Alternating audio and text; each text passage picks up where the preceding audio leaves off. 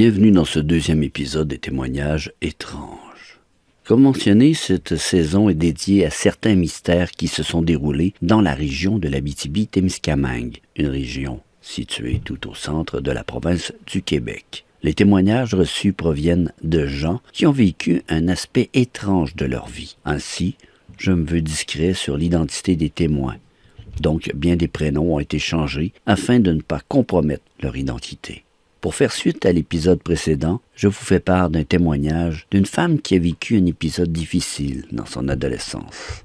Cet épisode est relié à un simple jeu, mais qui n'est pas anodin, le Ouija.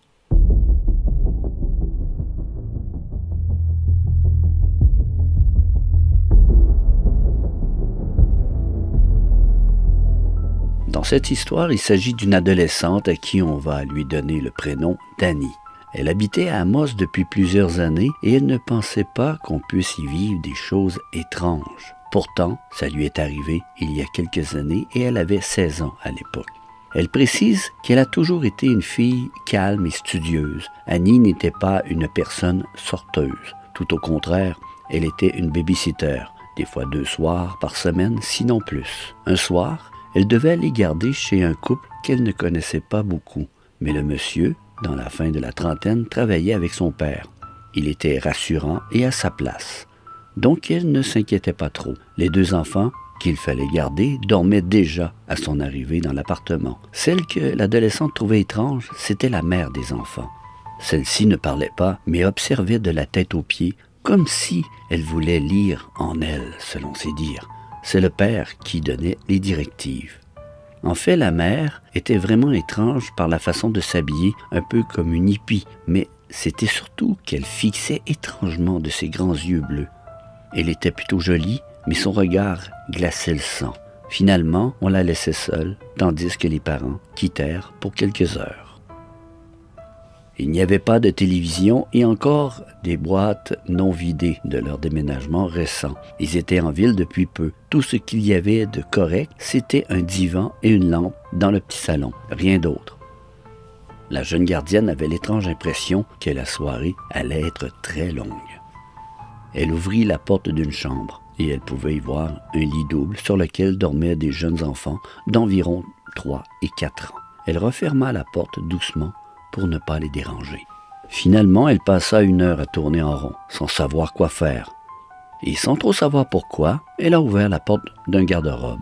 Mais à son grand découragement, une boîte tomba sur le sol et se vida de son contenu. Elle fit silence de peur d'avoir réveillé les enfants, mais finalement non.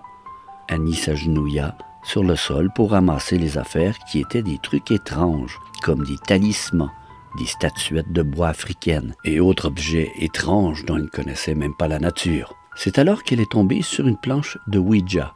Elle en avait déjà vu à la télévision, mais pas en vrai. Elle ramassa le petit triangle muni d'une loupe, puis la planche et l'installa sur le plancher du salon. Il faut préciser qu'elle n'est pas du genre superstitieux et que les niaiseries de Ouija, comme elle mentionne, elle n'y croyait pas. Alors elle s'amusait à glisser le triangle sur la planche en disant « Esprit, es-tu là? » Vous voyez le genre. « Ce sera qui mon petit ami? » etc., etc. Pendant près de 20 minutes, elle a fait n'importe quoi. Soudainement, elle ne sait pourquoi, mais le triangle était figé sur le chiffre 6. C'est comme si il était collé sur la planche. Elle tenta de le bouger, mais il n'y avait rien à faire. C'est à ce moment qu'elle a remarqué que ses doigts semblaient collés sur le triangle. Elle tentait tout ce qu'il faut pour se décoller de ce truc, mais rien n'y faisait. Là, elle était paniquée. Seulement, que de repenser à cet événement, elle en a toujours la chair de poule de ce qu'elle précise. Elle avoue avoir pleuré et qu'elle a même essayé de crier, mais rien n'y faisait. Elle n'avait plus de voix. Elle se débattait comme une folle, mais ses doigts restaient collés. C'est alors qu'elle a supplié de la laisser, étant à bout de force. Ses doigts se sont soudainement décollés. Elle a couru hors de l'appartement pour se retrouver dans la petite ruelle. Elle courait et courait. Elle était paniquée. Dans la panique, elle avait l'impression même d'être poursuivie. Elle courait sans arrêt.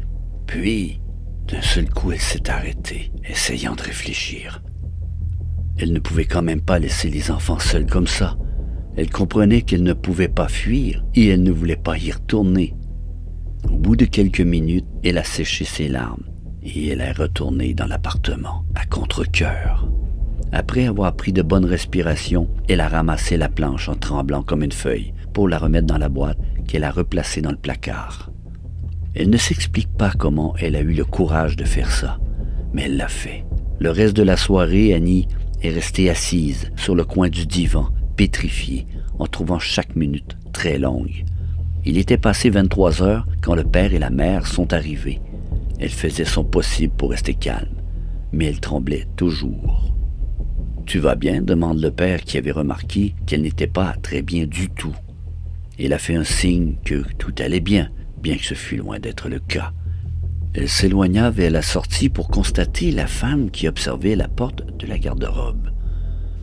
Celle-ci se tourna alors les yeux vers la baby-sitter, qui avait carrément l'impression qu'elle avait compris ce qui lui était arrivé. Sans demander le reste, Annie est sortie avec son 20 $ dans la main, en se précipitant chez elle, en courant comme une vraie folle. Plus jamais elle n'a touché une planche de Ouija. Mais le plus étrange, c'est que les 2 jours après cet incident, dont elle n'a parlé à personne, sauf à sa meilleure amie qui ne la croyait pas. Son père lui avait appris que l'homme, sa femme et sa petite famille étaient déménagés. Et quelques années plus tard, dans une discussion quelconque, elle a demandé à son père comment s'appelait cet homme où elle avait été gardée. Son père, qui n'était pas sénile du tout, ne se rappelait même pas de lui. Annie n'a jamais compris toute cette histoire, mais depuis ce temps, elle se demande toujours ce que représente le chiffre 6. Il y a des phénomènes difficiles à expliquer. Comment pouvons-nous contacter les morts avec une planche? En fait, la question à se poser, c'est qui viendra? Alors, si j'ai un conseil à vous donner, contentez-vous du Monopoly. À la prochaine.